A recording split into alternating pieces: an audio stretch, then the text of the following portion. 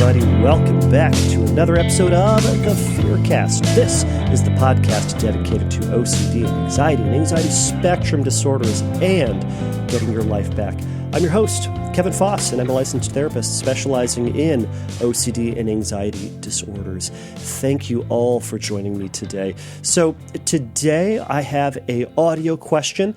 And so as I've mentioned before, audio questions, as this is a question and answer based podcast, you could certainly send me your question, your text question, two ways. You can go to fearcastpodcast.com and send me that question there by clicking on the submit a question link. You can also go over to Fearcast Podcast over at Instagram, and you can send me a message over there. Now, if you're over there, first off, follow me. Second off, if you are over there and you would like to send me a question, the best way to do that is to then send me an audio. You can record your voice when you go into the DM, send me a DM, and then record your voice. You can send it that way. I will get it. I will consider it, and I will likely put it on the podcast, and it will likely go to the top of the list. Now, this one is from Panicasaurus. That's the name they're going by, Panicasaurus, which is great.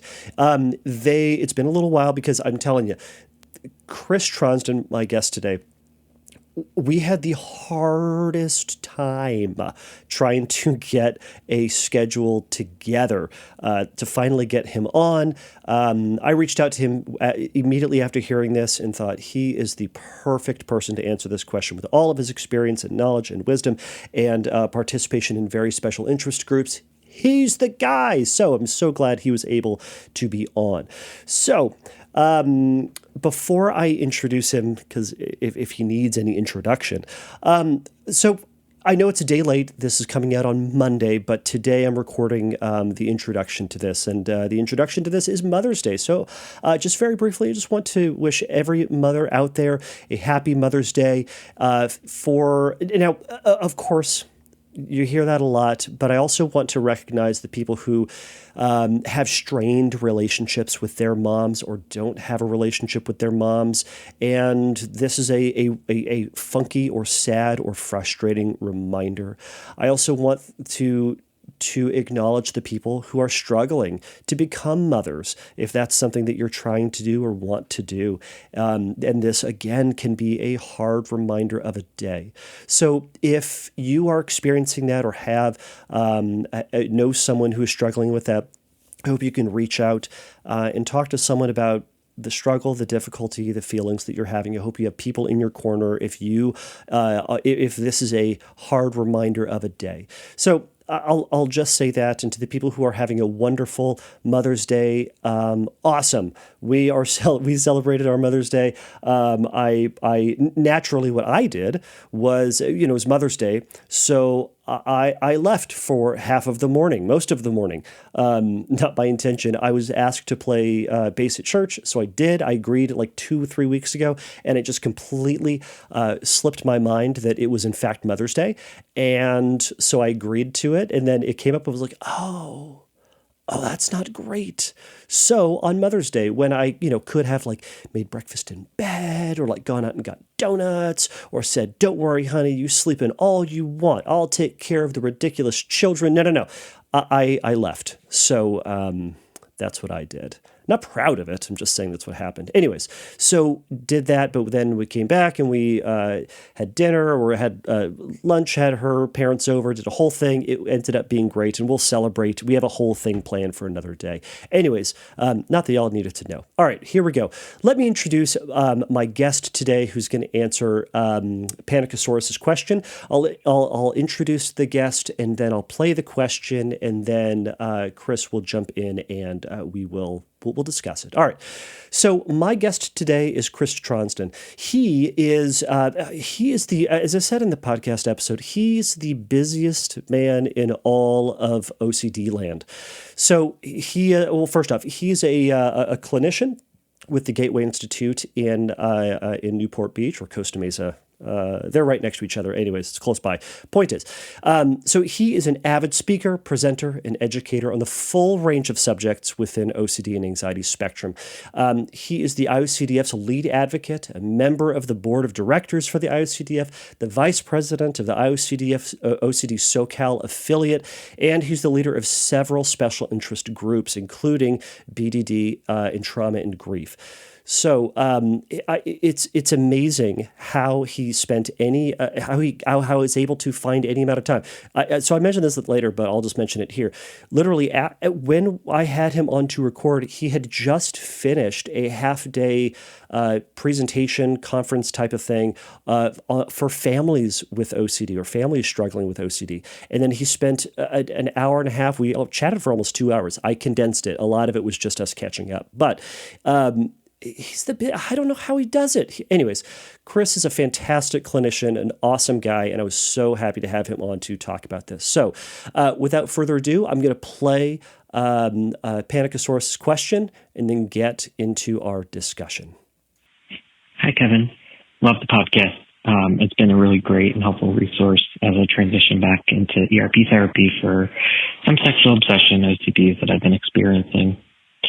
Before I get into my question, I want to just give some background. So I identify as a bisexual male. I do have some attractions toward men, not romantic or feeling like fulfilled or anything, just overall arousal. My wife is fully aware of my sexuality and my intentions in our relationship, but recently I've had compulsions and rituals that involve anonymous texting, watching gay pornography, which has been really an internal struggle and a struggle within my relationship as well. I often feel the need to look for reassurance and confess in order to feel better about my anxiety.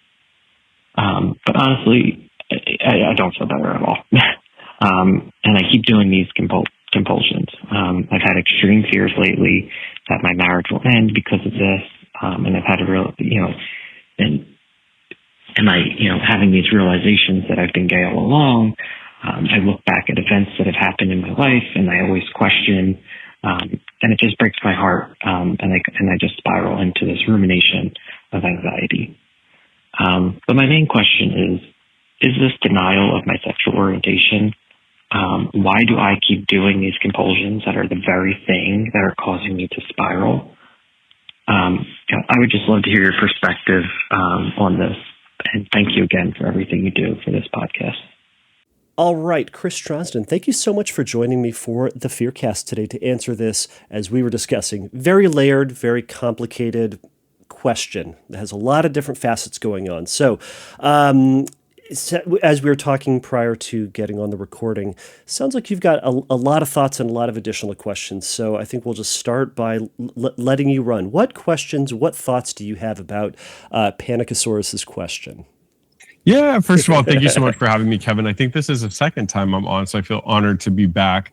I'm really appreciative of you having me on. As you know, being a clinician who's also in the LGBTQ community, one of the questions that I get a lot from individuals, sometimes it's from family members, from spouses, or the person themselves, is how do I know I'm having just genuine interest or genuine questioning or curiosity about my sexual orientation? Or is it OCD? Or can it be both? Do I genuinely have some curiosity and OCD is involving itself? And so I really liked the question because there was a lot of different elements to it. So what I always kind of like to start with is when people ask that genuine question, he kind of ended the question of like, am I just sort of gaslighting, lying to myself? Or, am I really gay? That was pretty much the summed up question. There's a lot of different layers. So what I would like to start with is when people ask me, how do I know if it's exploration, if it's curiosity, or if it's seeking out answers and rumination? I always use the analogy, like if you eat a meal, how do you know if you like that meal? There's not really a lot of process to that. You're sort of eating the meal, hits those taste buds, it tastes good, you enjoy the food, you think about it. The next time you go to that restaurant, you order it. There's no real distress in that process. It's an enjoyable curiosity, trying new foods as a foodie, and you enjoy something. That's really how exploration around sexual orientation is. There's not really anxiety about it. Just like for somebody who's straight, if he's into women and he's going through puberty and he's finding girls attractive, is there some angst around that period of time? Sure. Is the girl going to like me? Does my breast stink? Am I wearing enough deodorant? Will she say yes to the dance? But the actual attraction towards girls doesn't cause somebody to stress. Just like for us being gay, it doesn't cause me to stress over having interest in men. The distress typically comes from, what does this mean to my society? So in the country I'm in, it is very clear that for people in the LGBTQ community, we're not at a place where coming out is accepted and everybody will love you for that. So if you talk to someone without OCD, they're going to say the actual curious part and the exploration, then identifying like I am gay wasn't hard. It was, what does that mean? Now let's flip it to OCD. OCD needs answers. It needs to know now, and it needs to be clear. And so if somebody is genuinely interested, the question, the individual asked the question identifies as bisexual, that person is desperate for an answer. There is rumination involved. There's compulsions involved. There's reassurance involved. There is, I need an answer, a distress, etc. Right. That is not genuine sexual orientation exploration. That is answer seeking. That is compulsive behaviors. That is, I'm not getting answers and I need to keep doing it. He even mentioned that. He's like, it doesn't make me feel better, right? Yeah, it isn't like I'm going on a journey to get answers and I feel good as I get answers along the way. I know for me and many other, gay individuals, it's like, we might start thinking we're bisexual and then it's like we eventually realize we like men, but that exploration doesn't cause us distress. It's not compulsive and it's not panicked. And that's what I heard in the question. It's just like a lot of panic and a lot of compulsive behavior. Right. And it's exactly that we're answering his, it sounds like it boiled it down to kind of two questions. We're kind of answering. The second one is why do I keep doing the compulsions that result in the spiraling of my anxiety? And you're kind of referring to that as he's doing it to try to get to this answer, get to this level of certainty that ultimately OCD is not going to allow that. Exactly. I mean, he identifies that there's some sexting going along, so texting anonymous men and looking at gay porn. So I would say that somebody who's growing up, I'll just use gay in this example. It could be somebody who's a lesbian, bisexual, etc. But if somebody's growing up gay and they're exploring with pornography or like texting someone that they're interested in, their angst is going to be, what if I get caught? What if my parents find out? What if kids at school find out, right? Their angst is not going to be, what does this mean? Does this mean this? Am I now that? One of the things that he said in his question is he's openly bisexual and his wife knows that and is fine with his sexual orientation. Yet there's so much angst around this, like, but what if I'm really gay? And what if I have to end my marriage? And so that's typically what we hear in OCD is that overestimation of consequence. Like this means that everything I know and everything that means true in my life right now is going to be stripped from me and it's going to be over and my life's going to shift. So if I don't get this answer right now by asking these confessing questions, reassuring, checking the gay porn, etc., I'm going to feel bad. But he also answered the question is like, if you don't feel better and you feel distressed, that's what compulsions do. It gives a temporary relief if best, but it just causes more and more confusion and more distress. Right.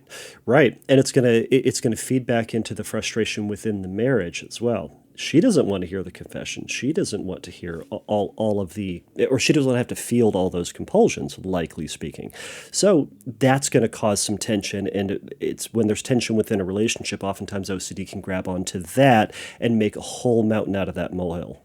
Yeah, because with her knowing that he's bisexual and being okay with that and still, moving forward in the relationship, which is great, by the way, and getting married, her distress is not that he's bisexual. Her distress is she's probably getting questions at 2 a.m. Now, I will say, because we don't have him in the room and we can't ask these questions, what I would ask is, like, what is the agreement between you and your wife? Is she okay with watching gay pornography in general, texting people? If that's not okay and you're stepping out of the bounds, we do see that sometimes with compulsions where we do things against our values. So he may value being, following his wife's wishes and the agreement they made and going across that, right, to get those answers. But let's take it from the other angle that's not really the problem. She's probably more under distress of this constant asking, the constant checking. And what I would argue is that's going to lead to more detriment in the relationship than him being bisexual will. And so typically when we have relationship OCD or sexual orientation OCD or in this situation, the partner, the only real issue to the partner is the OCD itself, not necessarily the questions he's asking himself. She knows he's bisexual. That's not the problem. The problem might be all the stuff he's doing to try to get these answers. She's getting neglected while the OCD is getting the attention. Right. Right. And all of that can just add to the anxiety, add to the frustration between the two. And yeah, as we were talking about, there can be a lot of different layers to, what is acceptable within that relationship. What's the agreement that they have between them? They could absolutely have this agreement where, as you were mentioning, because ostensibly she knows that he's bisexual, he has a genuine interest in both men and women, and he can have, maybe there's an allowance, maybe there's an agreement, he can do this and that. But if it's not the case, if they're not okay with that, sometimes if you're then engaging with that, that's where we experience natural guilt, right? Not the OCD guilt. If we're doing something that, quote, we're not supposed to be doing, that's why guilt exists, right? But 100%, yeah. But, and if that's the case, the OCD can certainly grab onto that and turn that into a false guilt scenario. But we can also address, are there things that he is doing that are outside of an agreement? Again, this is all speculating for Panicasaurus' question. If he was in the room, we'd be asking all of these questions. But should we, in moving forward, should we assume that there is an agreement or no agreement? Or it doesn't even matter? Yeah. Yeah, I mean, what I would lean on is based on her knowing his sexual orientation. He identifies as bisexual. I will say too, in the question he said, "Look, I find myself much more attracted on a sexual component with men and not really romantic." And we see that sometimes in bisexual individuals, like in bisexual men, finding them wanting to nourish romantic relationships with women, being sexually attracted, and maybe only sexually attracted to men and not necessarily romantic. I would assume, based on her knowledge of the disorder and knowledge of his orientation, I do believe that it's probably less about crossing borders, and it sounds much more for him about, like, I need this answer. So one of the things that I notated from the question, and he's like, I keep trying to replay these old, it sounds like he might have had some old same-sex interactions, and he's trying to replay and get answers. And what we know is the more you try to seek answers from past experiences and try to, like, pull information from that kind of sort of time traveling in the past and trying to get answers never works for OCD. Instead, it makes us more confused. It's like taking a photocopy of a photocopy of a photocopy. It becomes almost, that memory almost becomes unrecognizable. And OCD loves to put in its version of events when you're in that desperate, like, seeking mode. So I would definitely say, regardless, that has to stop, because it's not gaining any insight. And he admitted himself as none of this stuff is answering his questions or helping. Exactly. Yeah, he was mentioning that, I also noted that he was ruminating about the past, but also he stated that the fear is, what if all this means that my marriage is going to end? And you referenced that. It's kind of this catastrophic, everything in my life has changed, everything is going to be awful, and it's never going to be a good outcome to this. So with that pressure, of course he's going to try to seek the answer. But unfortunately, as he's citing, the more he goes back, with my brain is doing weird things today. Is it doing that to you too, or just me? All right.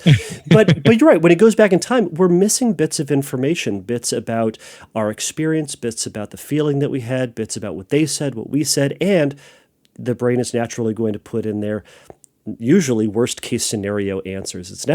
Oftentimes it's never going to say, here's the best possible outcome to this, and it was fine.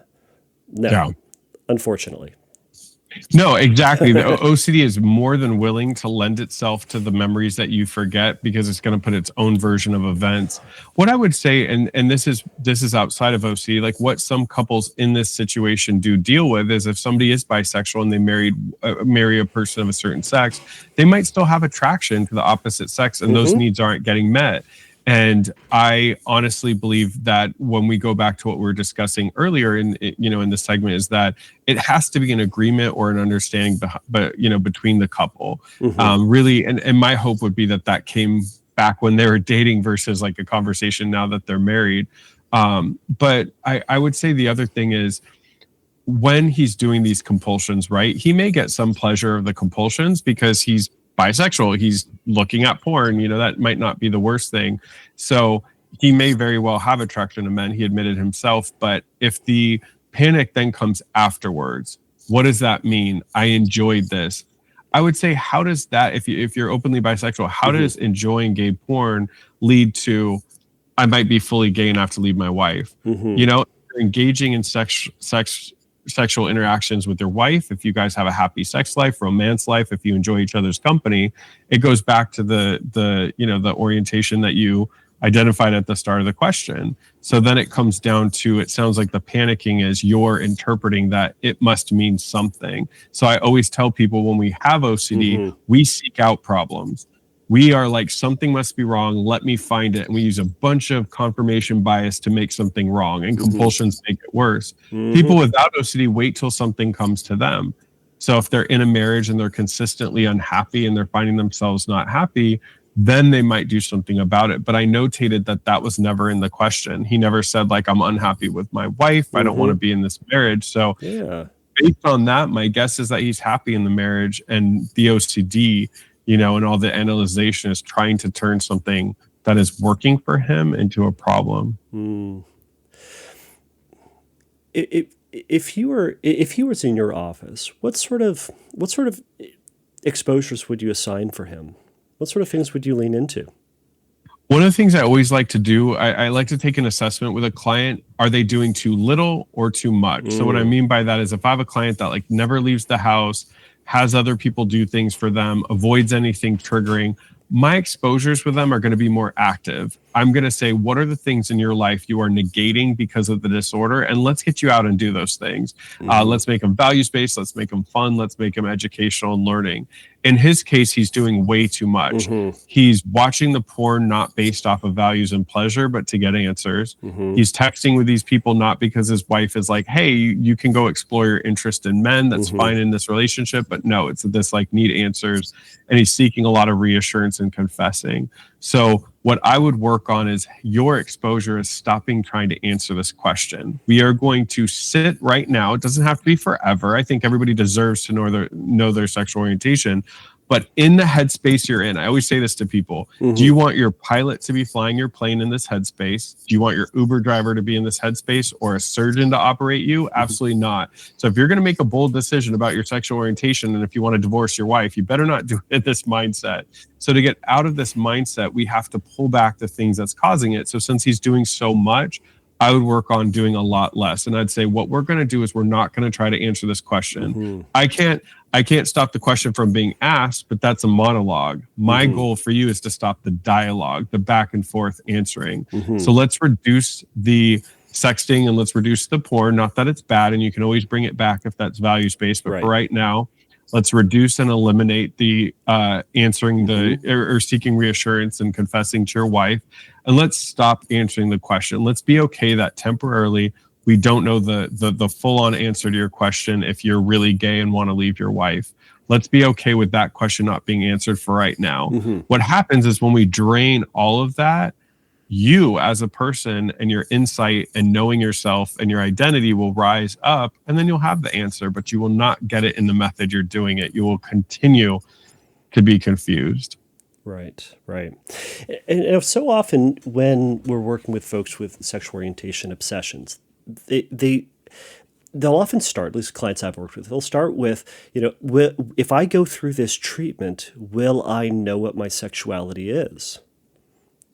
What I think is hard to answer this, and I hope nobody gets upset at this answer. I think what's difficult is, even as a society, we want things to be in a box. Are you a Coke or a Pepsi person, an Xbox or a PlayStation, right? Yes. And the hard thing is with sexual orientation, I know my community gets so many jokes because we have 1,000 different sexual orientations that we've decided that there are out there. But what I will say is, like, while we were recording. What? I think there were 3 new ones while we were recording. Agreed. So what I would say is that the reason that it's difficult is because some people don't fit into that box. Right. There are people in my friend group that genuinely have attraction to men and to women, and it's not, 50-50 maybe. It might be 80-20, 70, I don't know. But I think what's hard is that if somebody asks me that very question, it's like they want like 100% clarity and they want it to be fit well. Right. So that may not happen. But what I will say to them is, like, will you have a better understanding of your sexual orientation and know based on you as a person what you like? Yes, if you do the treatment. Now, that answer may not be as black or white as you're hoping, right? Because sometimes people aren't 100% straight. And I think that's where the failure with why people with sexual orientation obsessions fail a lot of times and do so poorly with a treatment is because they have such black or white ideas. If I am straight, I should think every other male is disgusting. I should never think a male is attractive. If I'm at the gym and a guy has nice biceps and I think, I wish my biceps were that big, that's too gay. I am gay, right? So I think it's not that black or white. There's a blend. You can be a heterosexual male, a straight male, and still say like, wow, I understand why women like Tom Brady, you know? So I think like if you're trying to get that OCD answer, no, nobody ever gets an OCD answer, right? But if you genuinely want to do the treatment because you're like, I want to be clear on my sexual orientation, absolutely. I'm clear on mine. I used to have sexual orientation obsessions because when I was younger, I did find women attractive. I did, steal, like links to websites and look at women. But, as I got older and really knew my sexual orientation, I was comfortable with it. The OCD was the only time I questioned it. So you can get there, but you're never going to get there with compulsions. I will say real quick, Kevin, one thing too is sometimes people ask me is like, if I do this treatment, can you promise me I'll be straight at the end of it? And I'm like, I can't, because I don't know. Just like I don't know if my client who comes in will ever hit somebody with their car. But what I can tell you is that you will be clear once the OCD is gone. OCD only adds confusion into your life. Right.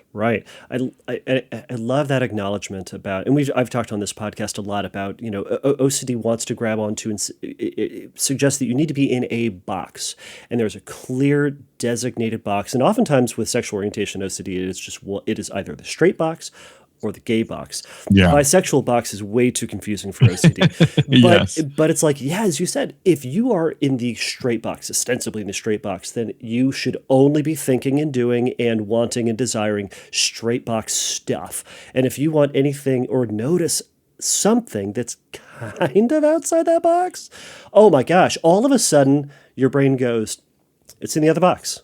Totally. Right. And in Panicasaurus' question, he even acknowledges that he doesn't fit neatly into these boxes. He says, well, I'm bisexual, which you would then think there are these designated boxes. Let's bring in that bisexual box and say there's a bisexual box. All right. So you should be 50-50 into both men and women, romantically, sexually, relationally, friend-wise, everything. It should be 50-50, right? But he doesn't experience that. So he's already acknowledging he's outside of this made-up box. So part of that is to accept he is who he is. Is he willing to, and can he accept who he is without trying to follow OCD's urgency to fit into some made-up, non-existent box? Exactly, because people that are bisexual, they'll be very open. Not everybody is a 50-50. Some people are much more, I hate putting numbers on it, right? Sure. But some people are, I have friends that are bisexual that ended up marrying somebody of the opposite sex, and vice versa. So whenever we try to put things in boxes, that's when the problems come in. I also see with sexual orientation obsessions, especially for straight men, there's this panic to know tomorrow. Like I need to know tomorrow or today, right away, right? But that's always a sign something's OCD, because if there's no pressure from a place, right? We have deadlines at work. You have to, seek a refund for your airline ticket in 3 days or you'll never get it back. But OCD creates these made up deadlines. And so, you've been married to this woman for a while. You're happy. She's okay with you being bisexual. There's no need to answer the question right away. Now, let's say he genuinely did have a lot of same-sex attraction. Then he's going to have to open up to his wife and say, look, I love being married to you and I have this same sex, and that's a couples therapy thing to figure that out. Right. But, the way he's going about it by engaging in these compulsive sexual behaviors, he asks, he's like, why do I do things that cause me to spiral? People with contamination wash their hands. People with scrupulosity pray. People with hit and run drive around the block. All of us with OCD do things that cause us to spiral. It's just part of the disorder. We may cognitively know we don't want to do it, but we do it anyways, especially when we're in that fight or flight mindset. Out of just hope that there's going to be the answer. And the reality is, and we talk about this a lot, compulsions work for like 3 seconds, but they work sometimes for a little bit, and that little bit can be enough to strike that reinforcement cycle. But taking a step back and through the process of therapy, through the process of acknowledging these thoughts and these anxieties, hopefully you can recognize, I know what this pattern is. I know where this is going to get me. It's not going to get me anywhere good. So I'm going to step back into this uncertainty and maybe trust myself. I've talked about trusting your compulsive conclusion in the sense that he's fought himself to try to get to some certain answer over and over and over again. What if we were to cut out the middleman and trust that outcome anyways and say, maybe that's kind of true? So I'm going to cut out all this stuff that I've been wasting my time with and trust that maybe that's more consistent with who it is that I am and not try to seek this answer. It's a scary place to be. For sure. And I think, in our field, I think sometimes people get confused about should we accept uncertainty? Should we accept uncertainty forever? Do I really know? Is this doubt? All this stuff. What I always tell people is the answer at least my experience, both being a clinician and somebody with OCD, is like when OCD wants to answer a question, there is a period that question is being asked where we are not in the mindset to answer that question. And it doesn't mean we don't answer that question forever or we accept uncertainty to the day we die, because who would come to treatment? You're going to learn how to never know your sexual orientation until you die. Like, nobody wants that, right? Nobody would come.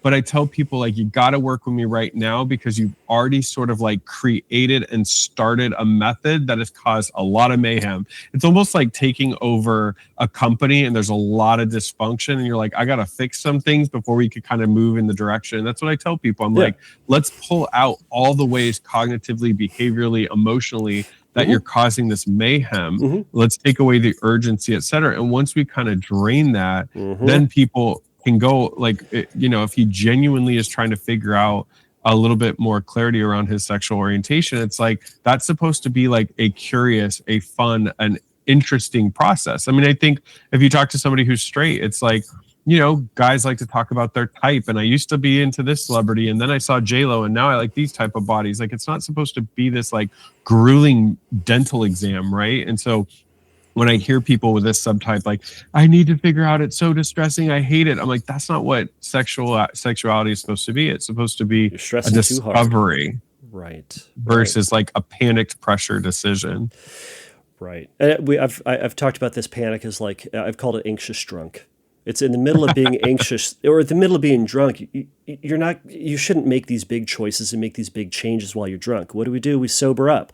We don't keep doing the thing that keeps making things worse. We drink a lot of water and we go to sleep and have Jack in the Box tacos and we eventually get back to a sober place. That's when we go, should I text my ex? No, I'm just so glad I didn't do that. So when you're anxious drunk, let's wait. Let's wait until this anxiety, these urges, these patterns start to subside. At that point, maybe we can make a more rational, more balanced decision about things. Yeah. But it's not today. Totally. By the way, I don't know if I can be on a podcast that talks about Jack in the Box tacos when El Pollo Loco tacos exist and they're clearly superior. Okay, I just have to put that out there. They're amazing. Now, to be fair, though, nobody has bought Jack in the Box tacos sober. Very true. Going I need something greasy and just something that I'm going to regret tomorrow.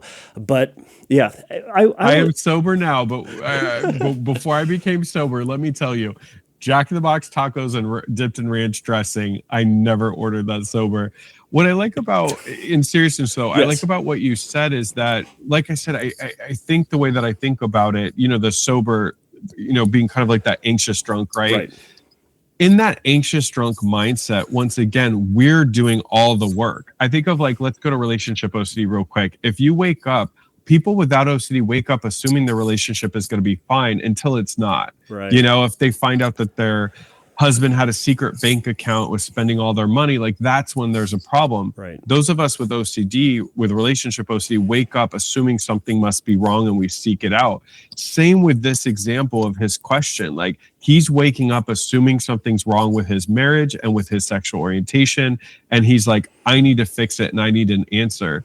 If we look at those of us that are in the LGBTQ community, that's not how any of us discover our sexual orientation. We start to notice very young, kind of pre and then during puberty, attraction toward certain individuals and we start to find ourselves wanting to be around them and talk to them, be curious. It's sort of like us going out there and exploring versus us pulling a problem in. And so if he really does the work, I like that he said he's getting back into ERP and he really shouted out your podcast as a help.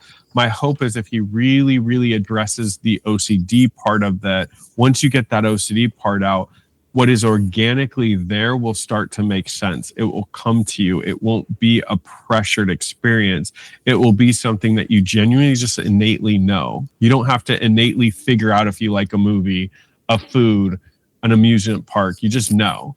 And so when people are struggling to, do I like this thing? Do I like this thing? I mean, you can't be in that kind of pressured, as you call it, anxious drunk state and get clarity on your preferences, your likes, your passions, etc. And even with the things that, and I love that restaurant analogy, right? It's you don't decide you like it or you don't like it, or it's not this like tremendous struggle. It's you kind of go, that's kind of nice. I'll go there again, I guess. Oh, I'll get that thing. That was pretty good.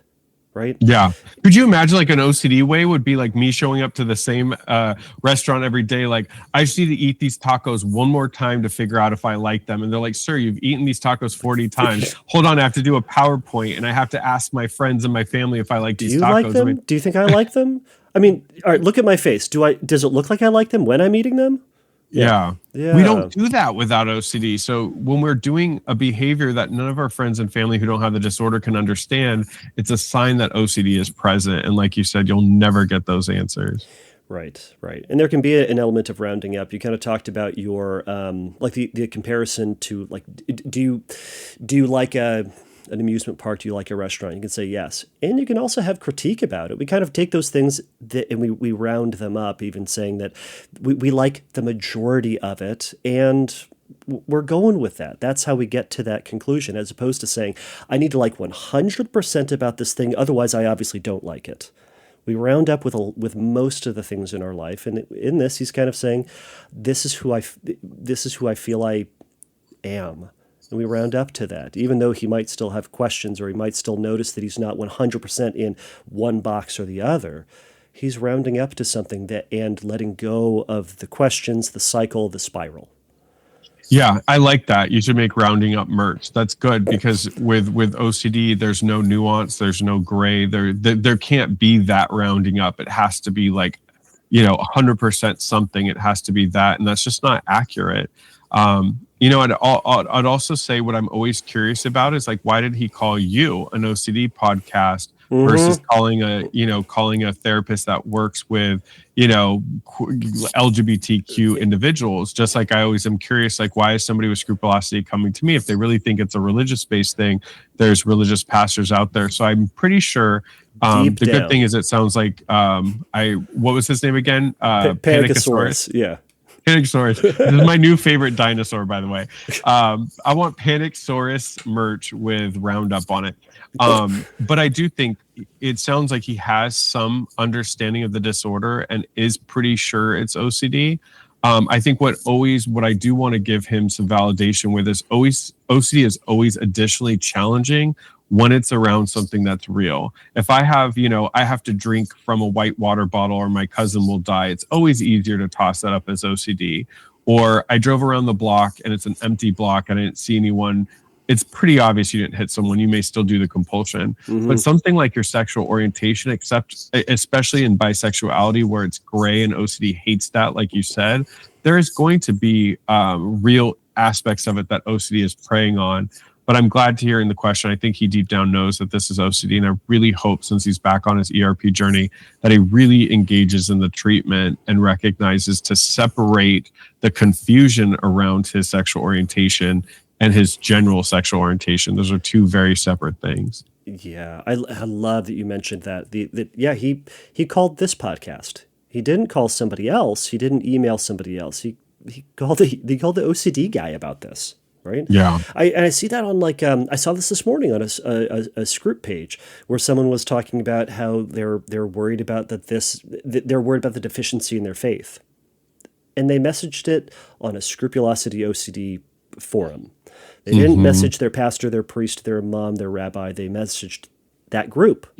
I think deep down, and that's part of that kind of trusting yourself and trusting your compulsive conclusion. You're messaging that group. You're calling me, right? And then I vicariously roped you into this. But you messaged us. I think deep down he knows that he's going through a cycle, and if he knows what ERP is, he's got to practice that RP part. Exactly. And I want to highlight, you had asked earlier, I want to make it very clear, because I think one thing that sometimes people think about the treatment, which I don't agree with, is they're like, well, if I do ERP, the goal is to be in confusion for life and be okay with that. That's not the point of treatment. The point of treatment for Panicasaurus is not to say like, I will never know. In fact, you already do know. You started off the podcast question with, I am bisexual. Yeah. So right? So your sexual orientation. The OCD has now caused a lot of confusion around it. So like I said, the treatment is to get the OCD out. And when the OCD is out, we do typically know. Or if we don't genuinely know, like I'll have clients that get the OCD out and then they're like, I don't know what I want to do as a career, because the whole time I was, thought I had to do this job because OCD told me. It'll be a fun exploration to identify what your interests are for a career. But people with OCD do get to know things. They do get to understand themselves and trust themselves. You just can't do it when, according to Kevin, I'm going to use that new term now, anxious drunk. You'll never get these answers anxious drunk. You just can't. And I'll throw in my little thing too. It's like, you don't want, like I said, you do not want your dentist to be operating on your mouth while he's anxious drunk. So let's not be anxious drunk together. And we'll all be in a better place. I love it. Well, I know we've taken up a ton of I've taken up a ton of your time. Is there anything else that you'd want to add at the tail end of this to give Panicasaurus something to think about? I want to say, I'm going to go back to something I kind of touched on at the very beginning, but I want to say it to highlight the end as well, because I would say when I talk to other LGBTQ OCD clinicians, this is the number one question that we'll get sometimes. And what I want to say is that there's a huge difference around exploration of sexual orientation, sexual interest, wanting to be, try something new, etc. It is like a curious process. It's a interesting process. It's an exciting process. It's a new process, etc. It is not a fear, terror, something bad's going to happen if I do this process. So that's the easiest way to tell the difference. If I'm genuinely curious, if I'm married and I'm genuinely curious of interest in the same sex, as long as I'm not doing anything behind my partner's back and I'm very open, like Panicasaurus was, it's going to be an exploration. It's going to be curiosity. It's going to be learning something new about yourself, which is something that everyone does. It is OCD when it becomes pressured, it becomes urgent, it becomes panicked, and it becomes terror. It's not supposed to be that way for general exploration. So that's how you can tell the difference. It's perfect. I can't say it any better. So why don't we leave it here? I love that. Thank you for having me. This was fun. Of course. Well, Chris Trondsen, where can people learn more about you and hear and see more of you? Yeah, so my name is Chris Trondsen. I am on the board of the International OCD Foundation, so I do a lot of stuff for the IOCDF. I'm also vice president of OCD Southern California, so we do a lot of local events that we're always super excited to have Kevin Foss be part of. We always think of him when we're like, who do we have for Orange County stuff? It's Kevin. So you'll get to meet Kevin as well if you come out to one of our events. I'm a lead advocate for the IOCDF because I have OCD myself. And then I am part of a couple of the IOCDF special interest groups, specifically the LGBTQ special interest group. So that's why I was really excited to do this podcast. I currently work at the Gateway Institute in Costa Mesa, California. So you can find me on social media at Chris Trondsen, or my email is my name, Chris Trondsen, which is very hard to spell. So just look at how Kevin hopefully spells it correctly. Chris Trondsen at gatewayocd.com. And I was on another podcast of Kevin's answering a question about body dysmorphic disorder. So if you have body dysmorphic disorder, I don't know exactly the episode of Fearcast podcast it is, but just search my name and we talked BDD then. It'll pop right up if you Google it. Yeah, Chris is easily the hardest working person in the OCD world. He's not only doing everything. Before he jumped on, he was doing a whole one-day conference, one-day sort of seminar. And he's probably going to do something tomorrow as well. So he's constantly busy. And when he's not here, he is seen on the red carpet doing interviews. You can't stop him. No, I'm busy. But look, I have the utmost respect for people like you who have kids. I don't know how y'all do this with kids, a podcast, you run a clinic, and children. They're pretty demanding, I heard. That's word on streets. If you're negligent and you don't really care about whether or not they like you, it's great. It works great. So, well, I heard there's plenty of times you're supposed to be watching them, but you're running to Jack in the Box getting tacos instead. So only when I'm hammered. So. Oh, one thing I do want to shout out real quick is I do a live stream for the International OCD Foundation every Wednesday at 9 a.m. Pacific Standard Time. So it's a great way. We have different guests on. We need to get you on one of the live streams. So you need to let me know what you'd like to talk about. We actually haven't done a scrupulosity one in a while. So this is me putting it out there. But it's a free service, free event. Just go to IOCDF's YouTube or Facebook, and they're all on their YouTube channel if you want to see old episodes. Check it out. They're fantastic. All right, Chris, I'll let you go here. Thank you so much for all your time and wisdom and expertise. All right, I'll see you 10 minutes at Jack in the Box. All right, see you then. Take care. Bye. Thank you for listening to the Fearcast. If you would like your question answered on a future episode, please click on the Submit a Question link at fearcastpodcast.com. If you would like your question answered sooner, please send me a recording of your question to questions@fearcastpodcast.com or by sending me an audio message through Instagram by DMing me at fearcastpodcast on Instagram. If you like the Fearcast, please write a review on your podcast platform of choice. Please remember that the Fearcast is not a substitute for psychotherapy. If you need a little bit of help in your recovery, please go over to fearcastpodcast.com and click on the Find Help link, and there's going to be some information for you there. So until next time, take a risk, challenge yourself, and don't take your brain too seriously. Bye.